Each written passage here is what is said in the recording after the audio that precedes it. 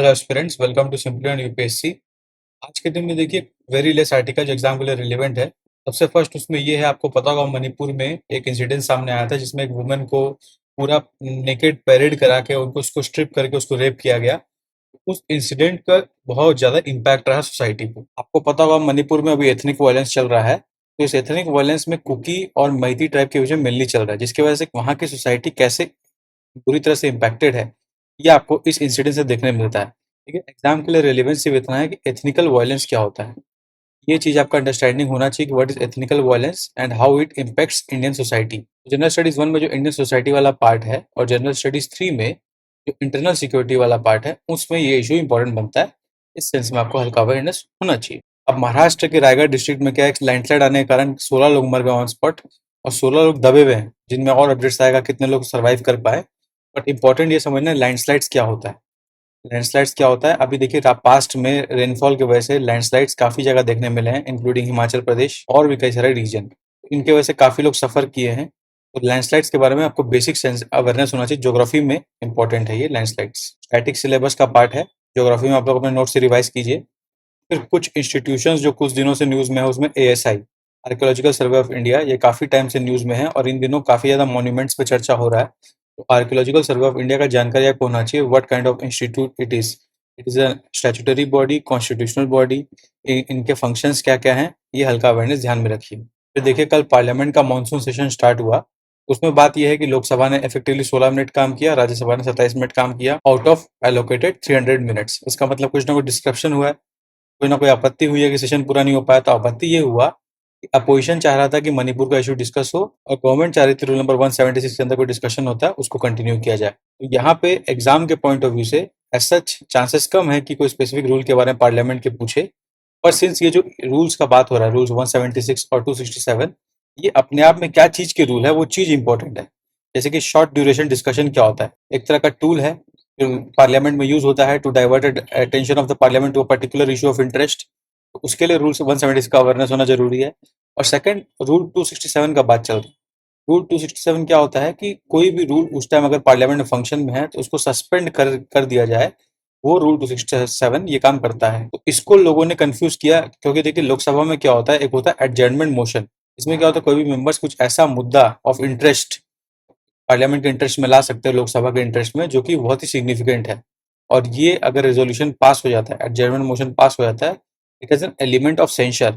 इससे क्या होगा कि जो रूलिंग मेंबर्स है, रूलिंग पार्टीज है, उनके मेंबर्स को रिजाइन करना पड़ सकता है, लोकसभा डिसॉल्व हो सकता है। तो इस तरह का पोटेंशियल रखता है एडजर्नमेंट मोशन। तो राज्यसभा में सिर्फ ऐसा कोई टूल है नहीं, क्योंकि राज्यसभा में सेंशर मोशन कोई एलिमेंट है नहीं। इसलिए वहां पे लोग क्या है, पास्ट में रूल 267 को इस तरह से यूज करते हैं कि कोई इंपॉर्टेंट मुद्दे को नोटिस में लाना हो। But this is wrong. ऐसा कोई रूल है नहीं लोकसभा राज्यसभा के अंदर। तो अगर रूल के पॉइंट ऑफ व्यू से देखे, then such kind of dispute has no foundation. इसलिए आपको एग्जाम के लिए क्या अवेयरनेस होना चाहिए कि एडजर्नमेंट मोशन क्या होता है, जो मैंने बताया एडजर्नमेंट मोशन क्या होता है, इसके अंदर सेंसर एलिमेंट कैसे होता है। And second, short duration discussion क्या होता है। और ऐसे ही लेजिस्लेचर में और कौन कौन से टूल्स होते हैं to keep executives accountable. Example, question hour होता है, जीरो आवर होता है। ऐसे टूल्स होते हैं जिससे लेजिस्लेचर जो है एग्जीक्यूटिव्स को अकाउंटेबल रखता है। वैसा ही एक टूल है शॉर्ट ड्यूरेशन डिस्कशन। फिर पेज नंबर 9 में एक अपडेट है। इंडिया जो है नॉन बासमती व्हाइट राइस का एक्सपोर्ट को बैन कर रहा है। ऐसा क्यों करना चाह रहा है? क्योंकि इंडिया का जो फूड ग्रेन स्टॉक है सेंट्रल पूल में, वो घट रहा है, क्योंकि मानसून तो ऐसे भी डिले हो गया है। तो मानसून के अनसर्टेनिटी के कारण इंडिया रिजर्व कर रहा है, प्रोटेक्ट कर रहा है, ताकि इसका खुद का नीड्स मीट हो सके। डेटा के पॉइंट ऑफ व्यू से आप ध्यान रख सकते हो कि नॉन बासमती व्हाइट राइस जो इंडिया में है, वो 52.1 लाख मेट्रिक टन्स 2021-22 में एक्सपोर्ट हुआ था और 42.34 लाख मेट्रिक टन्स हुआ था 2020-21 में। और all India daily average price अभी राइस का है 41 रुपीज अप्रोक्सीमेटली। तो ये कुछ डेटा आप ध्यान रख सकते हो। फिर एक बिल के बारे में आप जानकारी रख सकते हो, ऑनर ऑफ डेड बिल। तो राजस्थान के हाउस यानी कि राजस्थान की विधानसभा ने पास किया है। ये बिल क्या कर रहा है कि समझ लीजिए कि कोई मर जाता है और बिना उसको फाइनल राइट्स किए उसके डेड बॉडी को लेकर लोग प्रोटेस्ट करते हैं, डिमांडिंग जॉब्स या अदर गवर्नमेंट बेनिफिट्स। तो ये गलत है, ऐसा नहीं होना चाहिए। डेड बॉडी का हमें ऑनर करना चाहिए, उसके फाइनल राइट्स कंडक्ट कराने चाहिए। इसके लिए वहाँ के डिस्ट्रिक्ट एडमिनिस्ट्रेशन को भी पावर दिया गया है कि बॉडी सीज करके उसका लास्ट राइट्स कंडक्ट किया जाए। क्योंकि पास्ट में ऐसे केसेस काफी राजस्थान में देखे गए हैं। गवर्नमेंट का रीजनिंग ये है कि लोग 7-8 दिन बॉडी रख के जॉब और पैसा मांगते हैं, तो ये गलत है।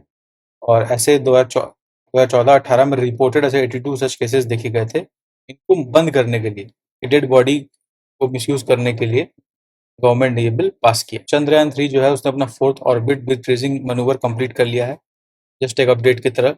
फिर आज का लास्ट आर्टिकल जो इकोनॉमी पेज में गिवन है उसके मुताबिक ये है, आपको सभी को पता होगा कि इंडिया जो है क्रूड ऑयल के इम्पोर्ट पे डिपेंडेंट है। अपनी डिमांड, इंडिया का अगर डिमांड डी है तो 0.8%, 0.8 जो डिमांड है इंडिया का वो इम्पोर्ट से पूरा होता है क्रूड ऑयल का।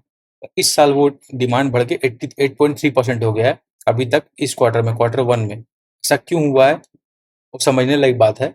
और आपको जनरल ये सेंस डेटा याद होना चाहिए फर्स्ट, कि डोमेस्टिक ऑयल आउटपुट इंडिया का अप्रोक्सीमेटली 7 मिलियन टन्स है।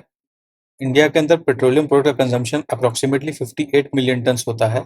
इंडिया ऑयल इंपोर्ट करता है अप्रोक्सीमेटली 60 मिलियन टन्स, और इंडिया का परसेंटेज डिपेंडेंसी 80% प्लस रहता है। और इंडिया का कॉस्ट और ऑयल इंपोर्ट पे जो इंडिया स्पेंड करता है वो अप्रोक्सीमेटली $40 मिलियन रहता है। पहले हाई था, अभी रशियन ऑयल हम लोग को डिस्काउंट पे मिलने लगा, इसलिए हम लोग का कॉस्ट कम लगा, despite importing almost same amount. ये कुछ डेटा आपको ध्यान होना चाहिए। 2013-14 में हम लोग का ऑयल डिमांड 77% था, तो अभी बढ़ ही रहा है, कम नहीं हो रहा है। ये समझने लायक बात है। It's a issue we have to solve, कि हम लोग का डिमांड इतना हाई क्यों है, उसको कैसे सॉल्व किया जाए, इस पे आप लोग को सोचना आना चाहिए। हो सकता है अगर ये इशू और डेवलप हो जाए तो मेंस में 10 मार्कर भी आ जाए। तो दिस वाज इट। आज के न्यूज़पेपर में यही जानकारी रिलेवेंट थी एग्जाम के पॉइंट ऑफ व्यू से। अगर आपको इनिशिएटिव अच्छा लगे तो चैनल को लाइक करें, सब्सक्राइब करें। तब तक के लिए best wishes for the examination.